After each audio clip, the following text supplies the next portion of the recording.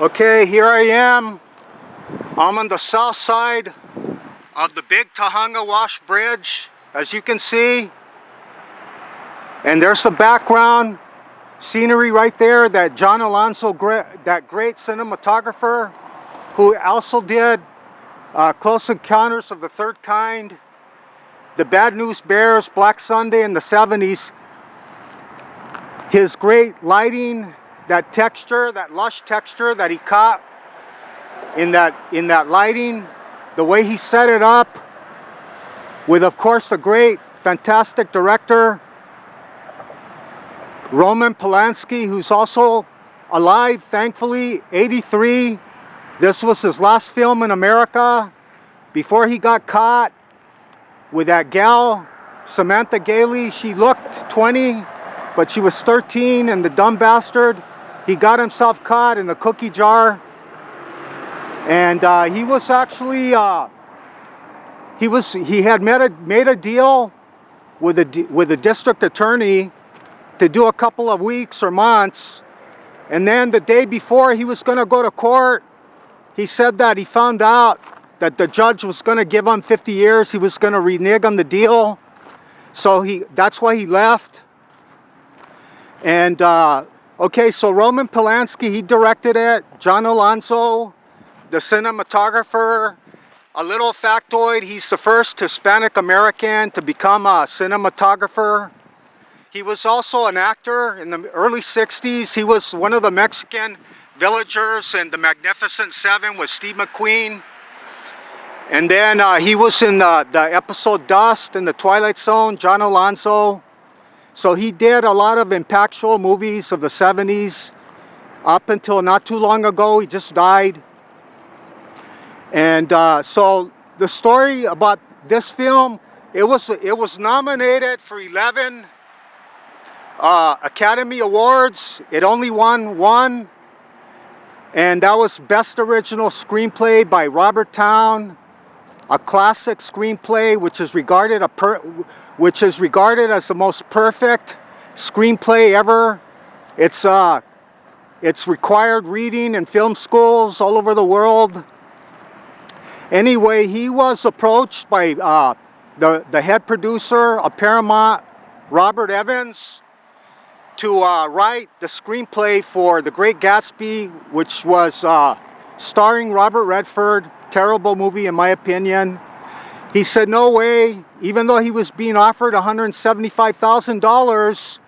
He said, I can't do the great F. Scott, no way, but let me write something original. So he had read this book by a guy named Kerry McWilliams that came out in 1946. Southern California, an island on the land, and it gave him an idea. And then he whipped it up. He had the character that he was going to write. Yeah, he had the character that he was writing about. He had Jack Nicholson in mind. Great choice. He was Robert Towne was obviously into hard-boiled detective fiction, especially the type of fiction written here in Southern California in the 30s.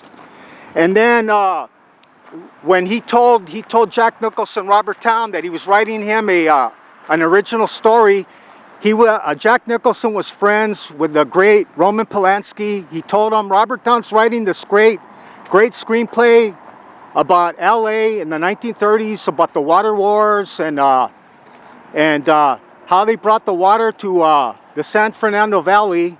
So he got on board, Roman Polanski, but they said that Robert Evans, who was married to Ally McGraw at the time, he said that he actually picked Roman Polanski also because he said that he would put across that cynical, hard-boiled detective from a European's standpoint, or the way a European would look at an American, more cynical, which, again, a perfect choice, serendipity, fantastic choice.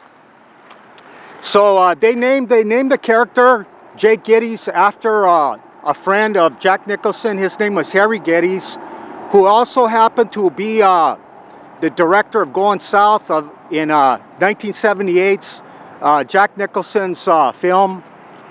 And so in the film, when you look that way, west, the 210 freeway isn't there. It was put in there in the mid to the late 70s. So this place was pretty much of a wilderness. But thankfully the bridge is here, and they put on these pylons, they did fix these pylons. And I'm gonna go over there. I'm gonna go to the north side, and I'm gonna walk down near there where Jake talked to the little boy and the horse. So follow me. It's a Saturday morning. It's May 5th, and it's raining on a Saturday morning, or sprinkling, and it's gonna rain showers tomorrow. So follow me, and let's continue this little tour of those two impactful scenes from that influential, terrific, marvelous film, Chinatown, 1974. Okay, let's go.